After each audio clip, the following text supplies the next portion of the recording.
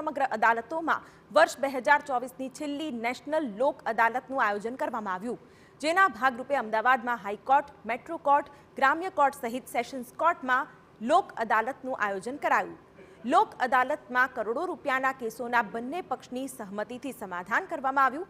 ગ્રામ્ય કોર્ટમાં સૌથી વધુ 68 લાખ રૂપિયાની તકરારના કેસનું સમાધાન થયું, તો ગુજરાત હાઈકોર્ટ ખાતે લોક અદાલતમાં 270 અને રાજ્યમાં 3 લાખ જેટલા કેસ મૂકવામાં આવ્યા.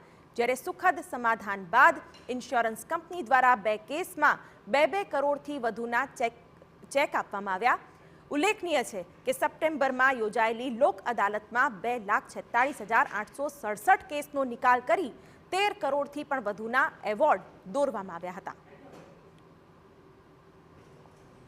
એવી નમ્ર વિનંતી બધાને, વકીલ મિત્રોને, લિટિગન્ટ્સને કે દર 3 મહિને જ્યારે આ લોક અદાલતનું આયોજન અમે કરીએ છીએ નાલસા હેઠળ, તો લોકો આગળ આવે, જેમના કેસો પેન્ડિંગ છે એ સમાધાનની પ્રક્રિયા અપનાવે તો એમના કેસનું નિરાકરણ બહુ તુરંત અને સરળ રીતે ઓછા ખર્ચામાં થશે.